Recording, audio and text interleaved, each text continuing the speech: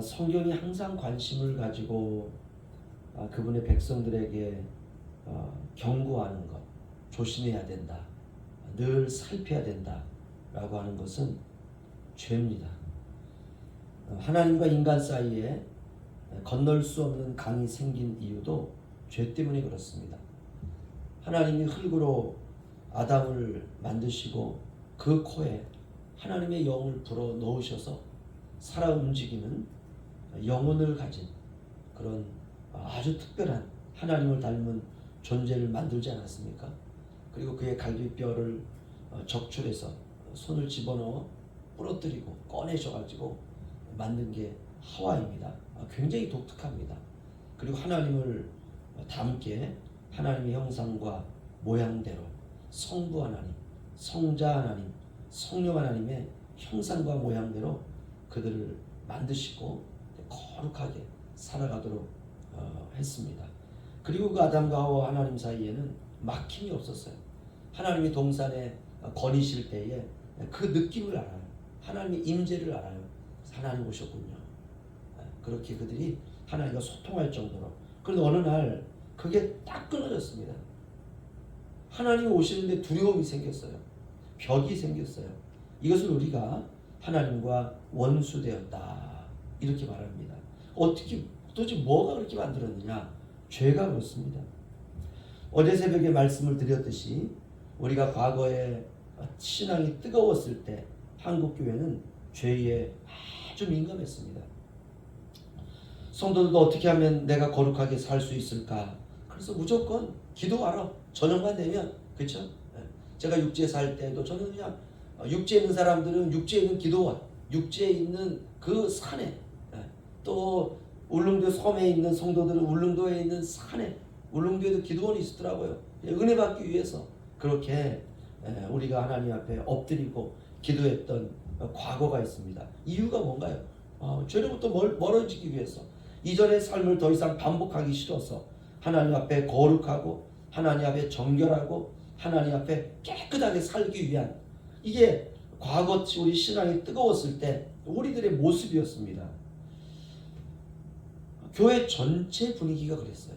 교회 전체 분위기가 그저 교회에 다른 교회 목사님 헌신예를 온다든지 아니 부흥회를 한다든지 그러면 뭐 그 전부터 그 광고가 나왔을 때부터 그냥 마음이 막 설레이고, 하나님 어떤 은혜를 주실까, 하나님 앞에 귀한 헌금을 준비하고 하나님 앞에 귀한 시간들을 쪼개가지고 거룩하게 살려고, 믿음으로 살려고, 그렇게 살다가 고난이 오면 주님의 뜻이야, 이 고난을 통해서 하나님께서 말씀해 주고 싶으신 것이 있을 거야, 그래서 기뻐했어요. 그 고난도 오히려 가정에서 핍박받고 고통당하는 아낙네가 있으면 교회에서 서로 위로하고 서로 격려하고, 나도 그랬어. 그런데 하나님 앞에 기도하고 하나님만 바라보니까 내 남편 변화된 거 봐.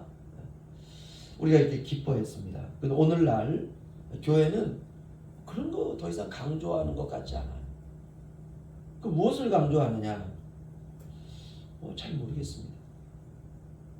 그러나 그런 것에 관계없이 교회가 뭘 강조하든 어떻든 관계없이 성경은 항상 성도들이 의롭게 살기를 강조하고 있습니다. 의라고 하는 것은 죄로부터 우리가 구원받은 상태, 이게 의죠. 하나님과 우리 사이에 막혔던 담이 다 무너지고 이제 누구든지 은혜의 보좌 앞으로 나아가 하나님 앞에 기도할 수 있는 그런 상태, 그게 의입니다. 우리가 구원받은 상태다. 하나님이 우리와 이제 막힌 담이 헐어졌다. 누구든지 그리스도 안에서 하나님 앞에 나아갈 수 있는 그런 상태. 과거에는 우리가 그렇게 뜨겁게 살았습니다. 오늘 베드로 사도도 이제 초대교회 성도들에게 권면하는 것이죠. 3절 보시면요, 우리 다 함께 읽겠습니다. 시작. 너희가 음란과 정욕과 술취함과 방탕과 향락과 무법한 우상 숭배를 하여 이방인의 뜻을 따라 행한 것은 지나간 대로 족하도다. 아멘. 참 놀라운 말씀입니다. 음란, 정욕, 술취함, 방탕, 향락, 무법한 우상 숭배, 이방인의 뜻을 따라 행하던 삶. 이게 우리가 예수 믿기 전에 우리의 삶입니다. 그런데 십자가에서 이 모든 과거는 못에 딱 박혀 있어요. 베드로 사도도 말합니다. 지나간 것은 너희가 과거에 음란하고 정욕으로 충만하고 술 취하고 방탕하고 향락을 좋아하고 법이 없이 살아가던 사람들이 우상 숭배를 하면서 이방인의 뜻을 따라간 것처럼 너희가 과거에 다 그렇게 살았다. 그런데 지나간 것은 지나간 대로 족하다. 우리가 이 말씀을 기억해야 됩니다. 때때로 우리가 이런 것 때문에 마음에 고통당할 때도 있잖아요. 그렇죠? 가만히 지나간 세월 생각하니까 그런 것들이 막 그냥 마음속에서 막 찔린단 말이에요. 내가 그때 그렇게 살았을까? 베드로 사도가 지나간 것은 지나간 대로 족하다. 정말 우리로 하여금 하나님께서 얼마나 이렇게 자유함을 주시는지요. 육체로 사는 삶의 모습들 가운데 우리 자신을 보면 믿음 안에 없는 세상적인 것들이 있을 때가 있습니다. 이런 것들은 세상적인 거죠. 그렇죠? 음란하고 세상의 욕심으로 가득하고 좀 힘들다고 세상의 술에 의지하고 방탕하게 살고 이런 것들은 사실 천국에 없는 거죠. 그렇죠? 천국에는 시기도 없고 질투도 없고 원망도 없고 분노도 없고 음란도 없고 정욕도 없고 술 취함, 우상 숭배 이런 것들 천국에 없습니다. 왜냐? 다 지나간 거야. 다 지나간 것은 지나간 대로 족하도다. 아멘. 이거 외워야 돼. 아멘. 다 외워야 돼. 문득 생각할 때마다 이 말씀. 맞아. 지나간 것은 지나간 대로 족하도다. 이전에 행하던 모든 것들 이미 다 십자가에서 다 죽었습니다. 내 것이 아니에요. 이런 것들은 마귀가 좋아하는 것입니다. 우리는 새로운 피조물이 되었습니다.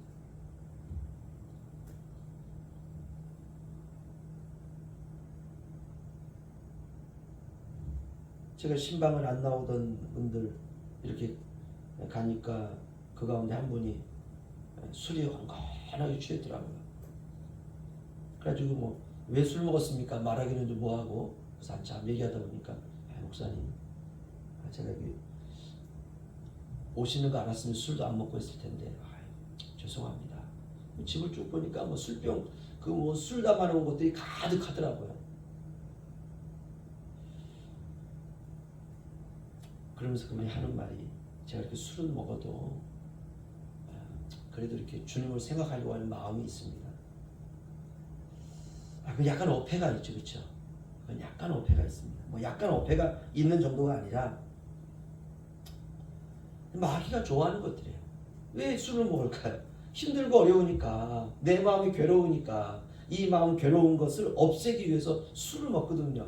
그래서 내 마음의 괴로운 것이 진짜 완전히 없어지면은 오케이, 저는 오케이. 그런데 그러냐고. 그게요. 술 깨면 다시 또 마음이 괴롭고, 그러면 다시 술 먹고, 그러다가 또 술 깨면 또 마음이 그래 또 먹고, 이게 이제 음주거든요. 우리가 과거에는 다 그랬습니다. 그러나 이제는 새로운 피조물이 됐죠. 지나간 것은 지나간 대로 족하도다. 너희들이 과거에는 술 취함과 방탕으로 살았지만 예수 그리스도 믿고 난 이후에 그런 것들이 때때로 우리의 마음에 죄책감이 들 때도 있지만, 그러다 우리가 믿음으로 구원받았다면 지나간 것은 지나간 대로 족하도다. 더 이상 생각하지 말아라. 얼마나 기쁜 소식입니까? 이 복음이죠. 지나간 것, 옛 것, 세상에 속한 것, 우리의 육체를 즐겁게 하는 것들, 이것들은 더 이상 우리를 이제 기쁘게 할 수 없습니다. 우리 안에는 영이 있지 않습니까? 우리는 영으로 거듭난 사람들입니다. 그렇다면 영은 육으로는 기쁘게 할 수가 없어요. 육은 고달프지만 때때로 영이 막 기쁠 때가 있습니다. 이런 신앙을 우리가 회복해야 되는 것이죠. 보이지 않는 영적인 세계를 보는 눈이 열려야 됩니다. 이것이 바로 신자의 삶의 태도입니다. 4절 보시면은 나그네와 같은 성도들이 어떻게 살아야 되느냐 그럴 때 베드로 사도는 이렇게 말합니다. 이러므로 너희가 그들과 함께 그런 극한 방탕에 다름질하지 아니하는구나. 아멘. 그 극한 방탕이라는 게 뭘까요? 극한 방탕. 신자로서 짓지 말아야 되는 방탕함입니다. 이 방탕이라는 말은 이런 의미를 가지고 있어요. 절제함이 없이 자기 살고 싶은 대로 자기 마음대로 행동하는 타락한 생활. 이게 방탕이래요. 그런데 그냥 방탕이 아니라 극한 방탕. 극한 방탕. 아소티아스 아나큐신이라는 헬라어인데 쉽게 말하면 이거예요. 자기가 구원받을 수 없는 생활에 방치해버리는 것.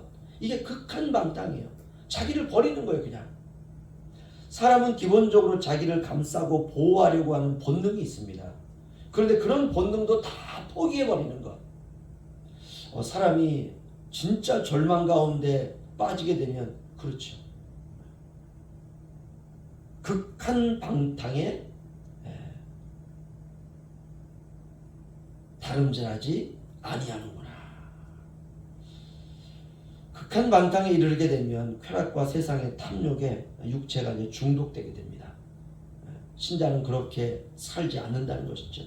우리가 예수 그리스도를 믿기 전에는 다 그런 극한 방탕이에요. 우리의 삶의 방향이었습니다. 그래서 다 죽음으로 끝나는 거죠. 그러나 이제는 우리가 그 모든 것들을 이제 중단하고 그리스도에게로 돌아온 것이죠. 새로워졌습니다. 6절 우리 마지막으로 읽겠습니다. 우리 함께 읽죠. 시작. 이를 위하여 죽은 자들에게도 복음이 전파되었으니 이는 육체로는 사람으로 심판을 받으나 영으로는 하나님을 따라 살게 하려 함이라. 아멘. 이 본문이 이렇게 보면 되게 애매하게 되어 있어요. 죽은 자들에게도 복음이 전파됐다.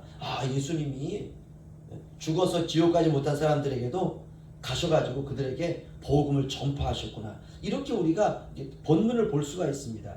그런데 그런 것보다는 우리 이렇게 생각할 수 있습니다. 하나님은 산 자와 죽은 자 모두에게 복음이 영향을 미치게 하신다는 것이에요. 그러니까 죽었다고 끝나는 게 아니에요. 다시 말하면 죽은 자들에게도 복음이 전파되었으니, 이 말은 뭐냐면 죽은 자들도 옛날에는 살아있었거든요. 그러니까 죽은 자들이 과거에 살아있을 때 하나님께서 그들에게 복음을 전파하셨다는 것이에요. 예를 들어 부모님이 돌아가셨습니다. 우리 가정 가운데 신앙생활 잘하다가 천국 가신 분들이 있죠. 그분들이 살아있을 때 하나님께서 누군가를 통해서 그에게 복음을 전하셨다는 것이에요. 그래서 죽은 자들에게도, 이미 죽었지만 그들이 살아있을 때에도 그들에게 복음이 전파되었으니, 이 말입니다. 그러나 그들은 어떻습니까? 예수 믿고 죽었지만 육체가 죽었잖아요. 영은 죽지 않았습니다. 육체가 왜 죽었느냐? 육체는 우리의 육체가 죄로 인하여 죽는 것입니다. 현재는 다 그들이 무덤 속에 있든지 화장을 해가지고 땅에 뿌렸든지 아니면은 그 뼈가루를 땅에 묻었든지, 아무튼 육체는 죽어서 이제 이 땅에서는 사라졌죠. 흙이 되었죠. 아무튼 죽음은 죄에 대한 심판이 육체에 이제 떨어진 것입니다. 그러나 그들이 영으로 하나님을 따라 살도록 지금 하나님의 품에, 하나님 나라에 다 그들이 존재하고 있는 것이죠. 이렇게 하나님이 인간의 생사를, 산 자와 죽은 자를 하나님이 주관하신다는 것입니다.